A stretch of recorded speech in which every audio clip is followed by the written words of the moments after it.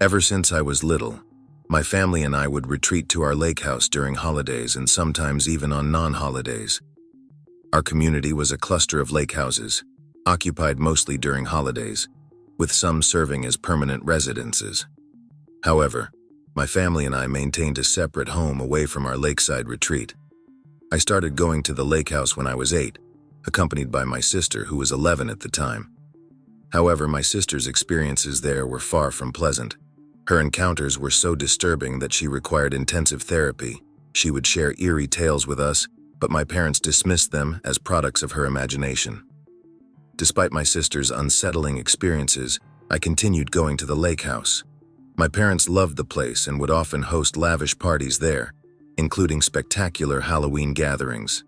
As the years passed, my sister ceased her visits, scarred by the horrors she had witnessed.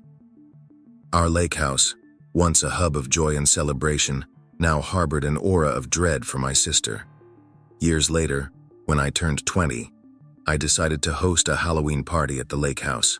My parents agreed, and I eagerly prepared for the event. On Halloween night, as I awaited the arrival of my friends and my boyfriend, an eerie silence settled over the house. My attempts to reach them over the phone were met with unsettling static. Perplexed, I persisted, but the only response was an eerie voice that I could barely hear. My boyfriend's voice echoed faintly in the background, saying, "He's almost here," coupled with a loud static noise. Confused and frightened by the strange voice coupled with my boyfriend's, I hung up the phone immediately. I waited for my boyfriend's arrival along with my friends, filled with anticipation and hope, longing for their swift arrival. Alone in the house, I heard whispers and footsteps, yet found no one upon investigation.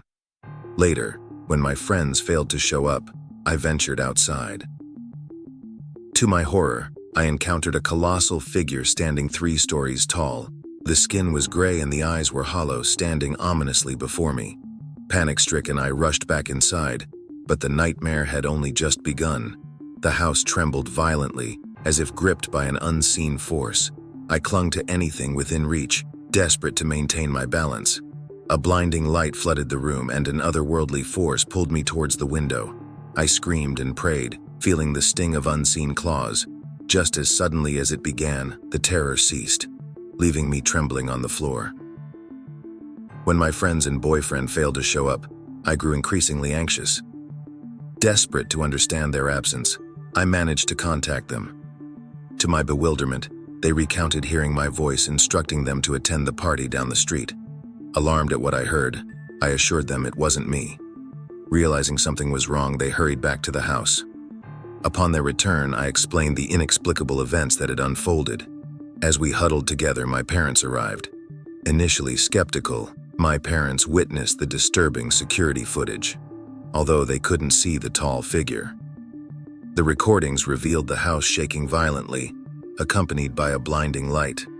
Confronted with this evidence, my parents began to reconsider their skepticism.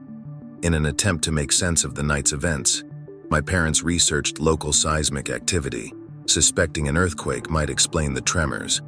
However, their search yielded no such incidents in the surrounding areas. The realization dawned on them. Something otherworldly had occurred. Haunted by the inexplicable and shaken to our core, my family contemplated selling our cherished lake house.